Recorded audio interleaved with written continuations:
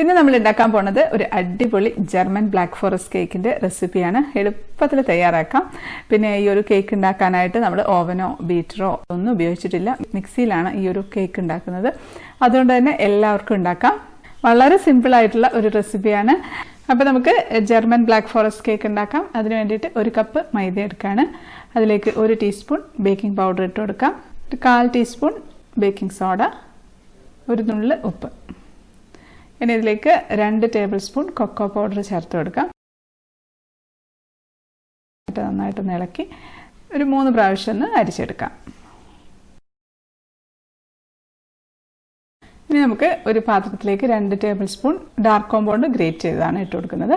അതിലേക്ക് ഒരു 3 table spoon തിളച്ച പാൽ, നല്ല ചൂടുള്ള പാൽ ഒഴിച്ച് കൊടുക്കാം. എന്നിട്ടൊന്ന് നന്നായിട്ടൊന്ന് മിക്സ് ചെയ്തെടുക്കാം. ഈ ഒരു സിറപ്പ് നമ്മുടെ കേക്കിൽ ഒഴിക്കുന്ന സമയത്ത് നല്ല ടേസ്റ്റ് ആട്ടോ. അതൊന്ന് തണുക്കട്ടെ. ഒരു 10 ടേബിൾ സ്പൂൺ പഞ്ചസാര ഒന്ന് പൊടിച്ചെടുക്കാം. ഇനി നമുക്ക് കേക്ക് ട്രേ ഒന്ന് റെഡിയാക്കി എടുക്കാം. 8 ഇഞ്ചിൻ്റെ കേക്ക് ട്രേ ആണ്. ബട്ടർ പേപ്പർ വെച്ചിട്ടുണ്ട്. ഓയിൽ വെച്ചൊന്ന് ഗ്രീസ് ചെയ്യാം. ഇനി നമുക്കൊരു മിക്സിയുടെ ജാറിലേക്ക് 3 മുട്ട പൊട്ടിച്ചൊഴിച്ച് കൊടുക്കാം. ഇതൊന്ന് അടിച്ചിട്ട് വരാം. ഇപ്പോൾ ഒരു 30 സെക്കൻഡ് അടിച്ചിട്ടുണ്ട്. അതിലേക്ക് നമുക്ക് 1 ടീസ്പൂൺ വാനില എസൻസ് ഒഴിച്ചു കൊടുക്കാം. അതും അടിച്ചിട്ടുണ്ട്. അതിലേക്ക് നമുക്ക് പൊടിച്ച് വെച്ചിരിക്കുന്ന പഞ്ചസാര ഇട്ട് കൊടുക്കാം. അതൊന്ന് അടിച്ചിട്ട് വരട്ടെ. ബീറ്റർ ഉള്ളവർ ബീറ്റർ വെച്ചിട്ട് അടിച്ചാൽ മതി. ഇപ്പോൾ എല്ലാവരുടെ അടുത്തും ബീറ്റർ ഒന്നും ഉണ്ടാവില്ലല്ലോ, അതുകൊണ്ട് ഞാനിപ്പം മിക്സിയിൽ തന്നെ ഉണ്ടാക്കുന്നത്. ഇനി ഇതിലേക്ക് നമുക്ക് 1/2 കപ്പ് സൺഫ്ലവർ ഓയിൽ ഒഴിച്ചു കൊടുക്കാം. അത് ഒഴിച്ചിട്ടൊന്ന് അടിച്ചെടുക്കാം.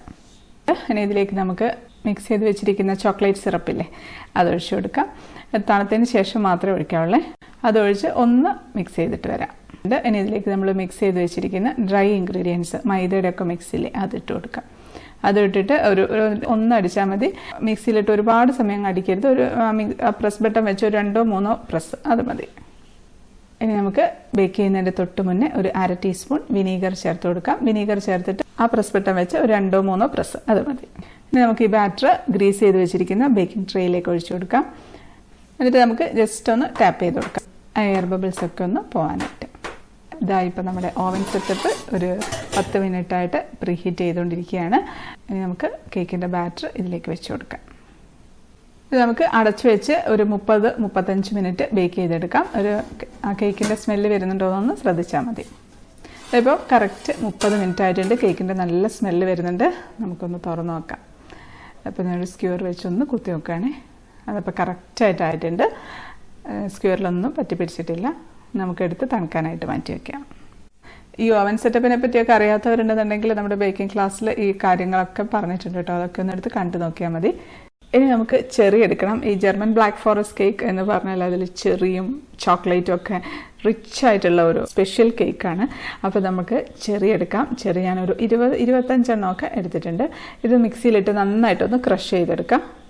അപ്പോൾ നന്നായിട്ട് ക്രഷ് ചെയ്തിട്ടുണ്ട്. വലിയ പീസ് ആവരുത്, ഒന്ന് അരഞ്ഞു പോവുകയും ചെയ്യരുത്. ക്രഷ് ചെയ്തെടുത്താൽ മതി. ഇതിലേക്ക് നമുക്ക് 1 കപ്പ് വെള്ളം ഒഴിച്ചു കൊടുക്കാം. ഒരു 6 ടേബിൾ സ്പൂൺ പഞ്ചസാര ഇട്ട് കൊടുക്കുകയാണ്. ഒരു തരി ഉപ്പ് അതും കൊണ്ടിട്ട് നമുക്കൊന്ന് നന്നായിട്ടൊന്ന് തിളപ്പിച്ചെടുക്കാം.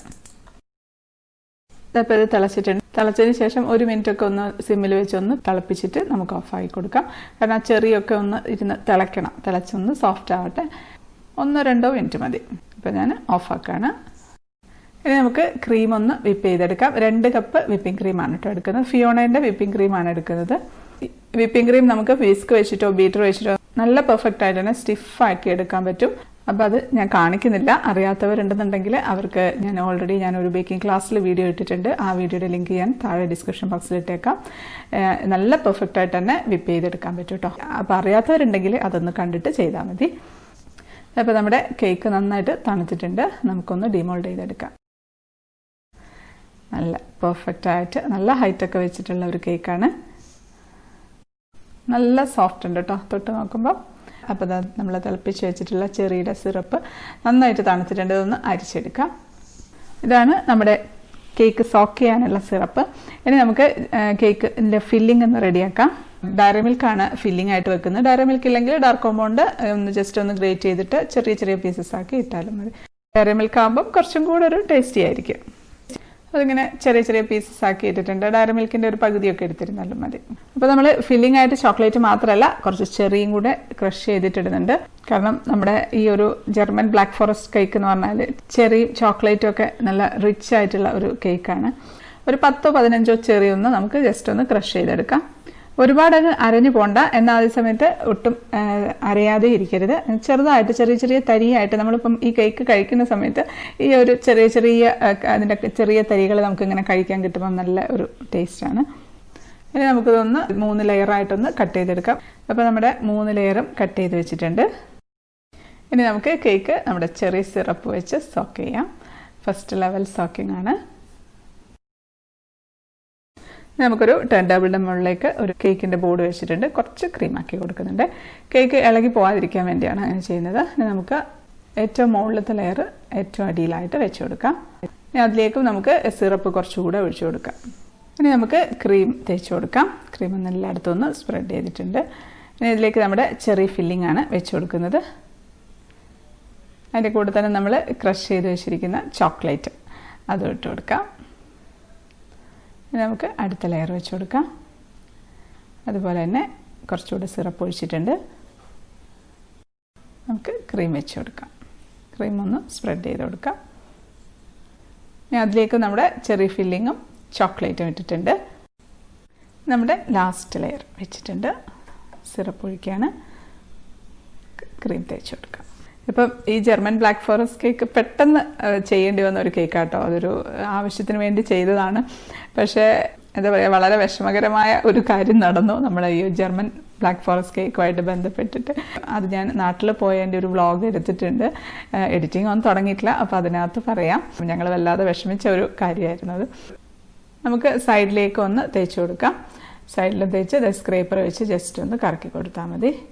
എന്നിട്ട് നമുക്ക് ഈ പാലറ്റ് നൈഫ് കൊണ്ട് തന്നെ മുകൾ ഭാഗം ഒന്ന് ഷേപ്പ് ചെയ്തെടുക്കാം.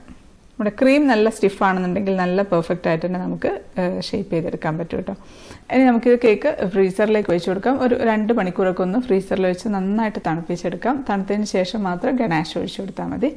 ഇനി നമുക്ക് ചോക്ലേറ്റ് ഗനാഷ് ഒന്ന് ഉണ്ടാക്കിയെടുക്കണം. അപ്പോൾ അതിന് വേണ്ടിയിട്ട് അമൂലിൻ്റെ ഫ്രഷ് ക്രീമാണ് കേട്ടോ എടുക്കുന്നത്. ഒരു 1/2 കപ്പ് എടുക്കുന്നുണ്ട്. ഒരു 100 ml ആണ് എടുക്കുന്നത്. അതിലേക്ക് നമുക്ക് ഒരു 2 ടേബിൾ സ്പൂൺ പഞ്ചസാര ഇട്ട് കൊടുക്കാം. അതിപ്പോൾ തിളച്ച് വരുന്നുണ്ട്. സൈഡിൽ കൂടെയൊക്കെ ആ തിള ഇങ്ങനെ വരുന്നുണ്ട്. 125 ഗ്രാം ഡാർക്ക് കോമ്പൗണ്ട് ആണ്. ഇതൊന്ന് ഗ്രേറ്റ് ചെയ്ത് ചേർത്ത് കൊടുക്കാം.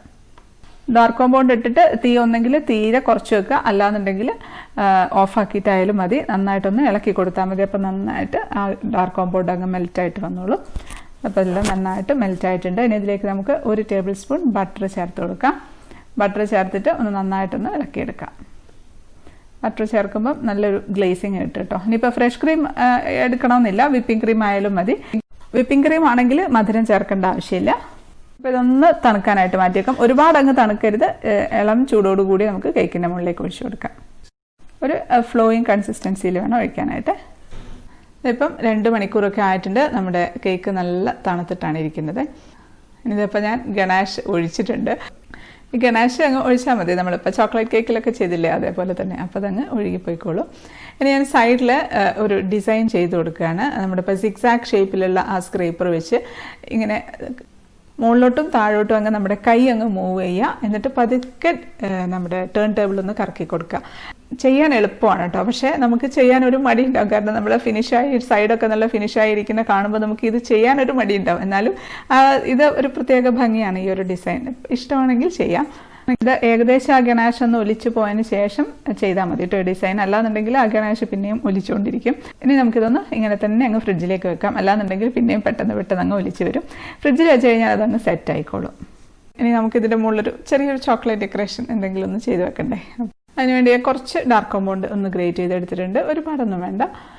അതൊന്ന് നമുക്ക് ഡബിൾ ബോയിലിംഗ് മെത്തേഡിൽ ഒന്ന് മെൽറ്റ് ചെയ്തെടുക്കാം. അപ്പോൾ നന്നായിട്ട് മെൽറ്റ് ചെയ്തിട്ടുണ്ട്. ഇനി ഞാനത് ഒരു ബട്ടർ പേപ്പറിൻ്റെ ഒരു സ്ക്വയർ പീസ് എടുത്തിട്ടുണ്ട്. അത് നന്നായിട്ടൊന്ന് ചുരുട്ടിക്കൂട്ടുകയാണ്. ചുരുട്ടിക്കൂട്ടി കഴിയുമ്പോഴത്തേക്കും അത് നന്നായിട്ടൊന്ന് ഫ്ലെക്സിബിൾ ആവാൻ വേണ്ടിയിട്ടാണ്. ഇത് നമുക്ക് ഒരു ചെറിയൊരു ബൗളിൻ്റെ പുറത്തേക്കൊന്ന് വെച്ചൊന്ന് കവർ ചെയ്ത് വെക്കാം. ഇപ്പോൾ നമ്മുടെ ഡാർക്ക് കോമ്പൗണ്ട് കുറച്ചൊന്ന് തണുത്തിട്ടുണ്ട്. ഒരുപാട് തണുക്കാനും പാടില്ല, എന്നാൽ നല്ല ചൂടോടുകൂടി ഒഴിക്കാനും പാടില്ല. ചെറുതായിട്ടൊന്ന് തണുത്തതിന് ശേഷം ഈ ഒരു കൺസിസ്റ്റൻസിയിലൊക്കെ ആവും. അപ്പോൾ ആ സമയത്ത് നമുക്ക് ഒരു പൈപ്പിംഗ് ബാഗിലേക്ക് ഒഴിച്ചു കൊടുക്കാം. നമുക്കതിൻ്റെ അറ്റം ഒന്ന് ചെറുതായിട്ടൊന്ന് കട്ട് ചെയ്ത് കൊടുക്കാം. നമ്മളിപ്പോൾ പേരൊക്കെ എഴുതാൻ വേണ്ടിയിട്ട് ചെയ്യില്ലേ, അതുപോലെ. ഇനി നമുക്കിതങ്ങ് റൗണ്ടിൽ അങ്ങ് വരച്ചു കൊടുക്കുകയാണ്. അത് കഴിഞ്ഞ് പിന്നെ തലങ്ങും വിലങ്ങും ഒക്കെ അങ്ങ് വരച്ചു കൊടുക്കാം. എളുപ്പമാണ്. ഏത് കൊച്ചുകുട്ടിക്കും എളുപ്പത്തിൽ ചെയ്യാൻ പറ്റിയ ഒരു ചോക്ലേറ്റ് ഡെക്കറേഷനാണ്. ചോക്ലേറ്റ് ഡെക്കറേഷൻ പലർക്കും ശരിയാവുന്നില്ല എന്ന് പറയുന്നുണ്ട്. ഇത് കറക്റ്റായിട്ട് മെൽറ്റായി ഈ ഒരു ഫ്ലോയിങ് കൺസിസ്റ്റൻസിയിൽ നമ്മൾ ചെയ്ത് ഫ്രിഡ്ജിലൊക്കെ വെക്കുമ്പോൾ തന്നെ പെട്ടെന്ന് തിക്കായി കിട്ടും കേട്ടോ. നമ്മളെപ്പോഴും ചോക്ലേറ്റ് ഡെക്കറേഷൻ ചെയ്യാനായിട്ട് ഡാർക്ക് കോമ്പൗണ്ട് മെൽറ്റ് ചെയ്യുന്ന സമയത്ത് അതിൽ ക്രീമോ പാലോ ഒന്നും തന്നെ ഒഴിക്കരുത്. അത് മാത്രമായിട്ട് മെൽറ്റ് ചെയ്യണം. അങ്ങനെ ചെയ്തിട്ടുണ്ടെങ്കിൽ നല്ല ഹാർഡായിട്ട് തന്നെ കിട്ടും. കാരണം എന്ന് വെച്ചാൽ നമ്മുടെ ഈ മെൽറ്റ് ചെയ്യുന്ന ഡാർക്ക് കോമ്പൗണ്ട് എന്ന് പറഞ്ഞാൽ ഹാർഡായിരിക്കുന്നല്ലേ, അത് ചൂടാക്കുമ്പം ലൂസാവും, തണുക്കുന്ന സമയത്ത് പിന്നെയും കട്ടിയാവും. അതാണ് അതിൻ്റെ ഒരു സ്വഭാവം എന്ന് പറയുന്നത്. അപ്പോൾ എല്ലാം ചെയ്തിട്ടുണ്ട്. ഇനി നമുക്കതൊന്ന് ഫ്രീസറിലേക്ക്, ഇപ്പോൾ ഒരു 5 മിനിറ്റൊക്കെ ഒന്ന് ഫ്രീസറിൽ വെച്ച് എടുത്തിട്ടുണ്ട്. ഇനി നമുക്കതൊന്ന് ഡിമോൾഡ് ചെയ്തെടുക്കാം.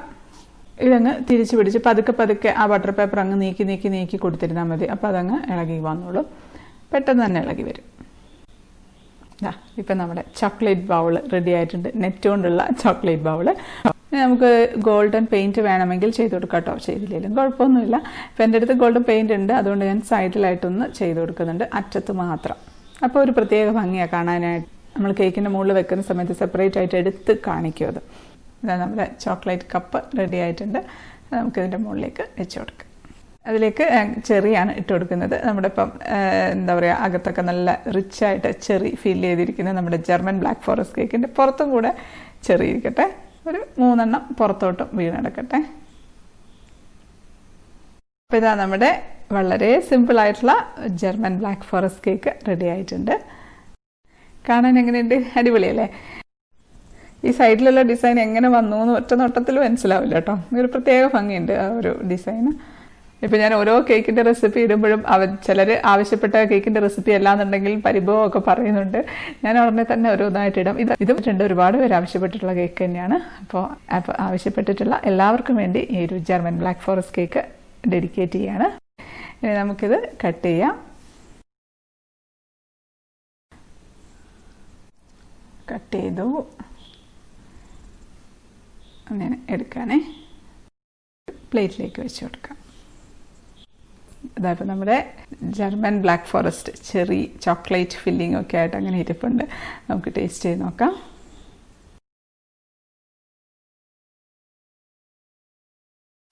അപ്പോൾ ഞാൻ കഴിക്കട്ടെ.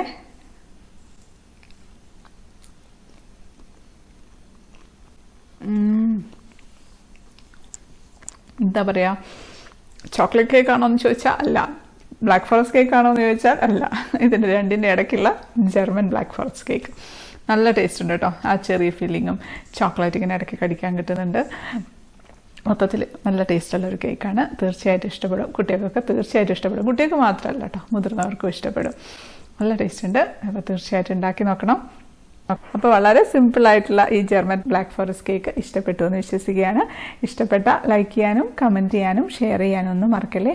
സബ്സ്ക്രൈബ് ചെയ്യാത്തവർ ഒന്ന് സബ്സ്ക്രൈബ് ചെയ്തേക്കണേ. അപ്പോൾ നമുക്ക് അടുത്തൊരു അടിപൊളി റെസിപ്പി ആയിട്ട് കാണാം. അതുവരേക്കും stay happy, stay positive. By.